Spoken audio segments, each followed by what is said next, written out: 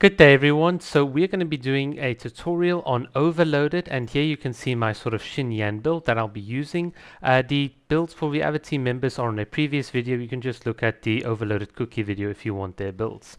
So what is overloaded? Well, it's an elemental reaction that is triggered by inflicting electro on a target that's already affected by pyro, or like vice versa. So the order really doesn't matter, and whenever this reaction is triggered, it causes AoE pyro damage. So that's kind of important.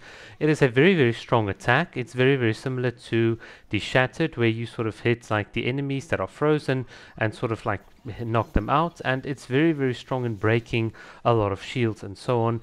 The problem with overloaded is of course that you cannot, unlike electrocharge, trigger further reactions. So once you swirl with it, it's not going to apply another pyro and then trigger another reaction and have this whole chain reaction. So as a result of not doing a chain reaction, it actually has a higher damage multiplier than something like electrocharge. So that is hydro and electro, and that is exactly what we're going to sort of be abusing here, and that is why the entire team, or most of the team, is actually built with full EM builds, except of course for Klee, because we do need one character that at least does a bit of extra damage and so on.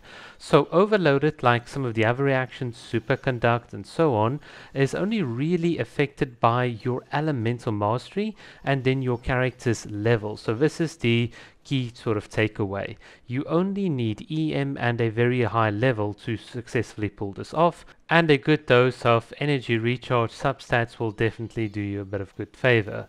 So what is the deal here? Well, since we can trigger overloaded in any order, whether it's from electro or pyro, what I've done is I've combined Kuki and Xinyan, and here you can see we've got a near constant supply of overloaded that can sort of be thrown onto the enemy, and then of course Klee can be sort of act like sort of the character, like the DPS in the background, and of course Sucrose is there to give the entire team more elemental mastery, which means we're gonna hit even harder. So that's like pretty awesome.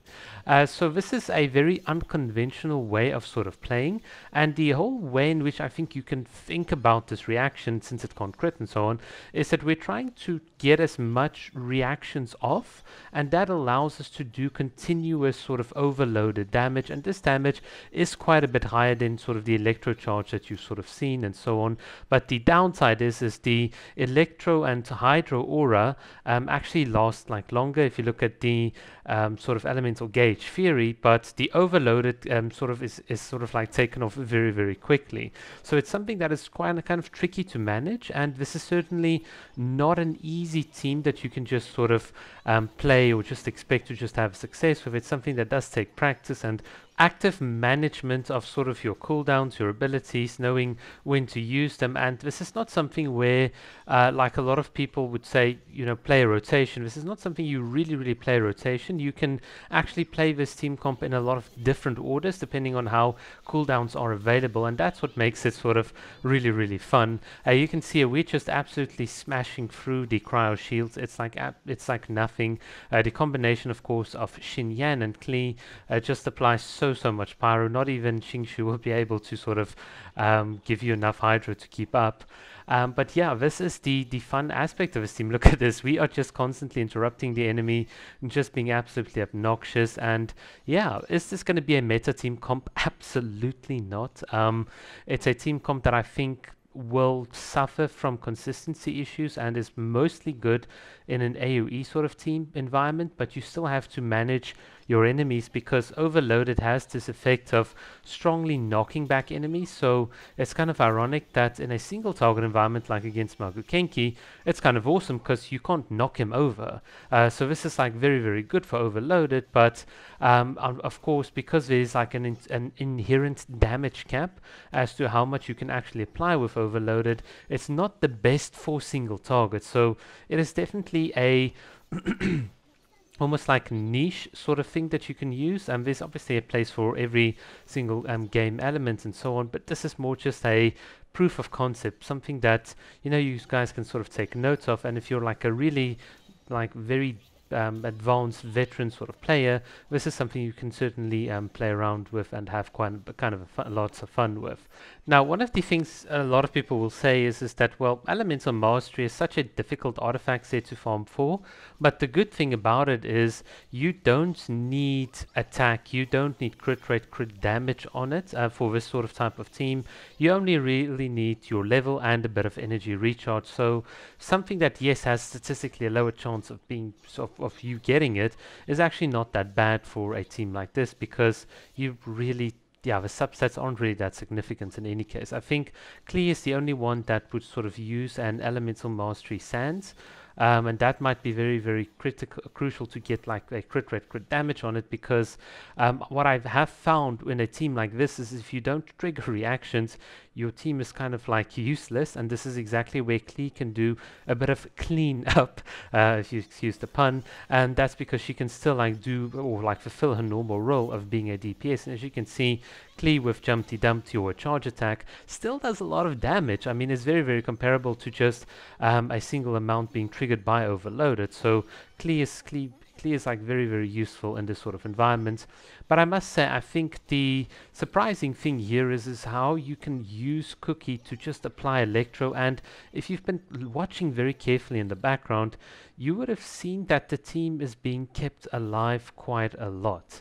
And that is the sort of key thing. Kuki Shinobu herself is so useful in just providing those passive heals. It allows you to be more aggressive, and being more aggressive means you can better sort of manage your stamina. And this is something you don't hear that a lot that's talked a lot about when it comes to theory crafting and all these sorts of things, because people tend to just focus on a single damage number, assuming using all sorts of gross assumptions like a flat energy recharge rate instead of stochastic, and they use expected values for crit damage and all that good stuff. But none of the practical, the sort of softer stuff like what we're sort of doing right here is really ever touched upon by anyone.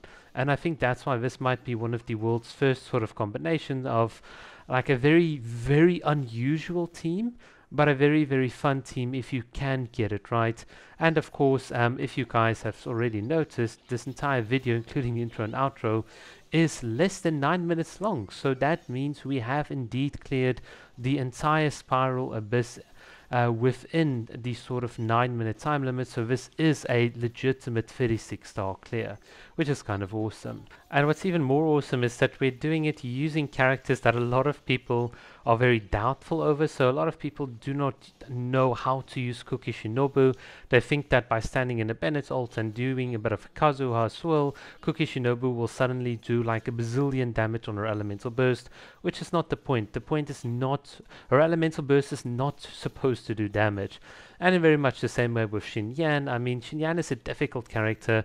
I will admit her multiple scalings and so on sort of pull her in too many directions, and as such the character has no real strong identity, but using her Blazing Rift and her C2 constellation certainly gives you that constant power application. And this is exactly what this team does. Because of the fact that we can't crit and so on, we have a consistent overloaded sort of reaction that sort of keeps on happening, and this allows this team to output a decent amount of DPS, even to the point that we cleared the entire Spiral Abyss with 9 stars, which I think is really, really awesome and shows you that these characters are kind of cool.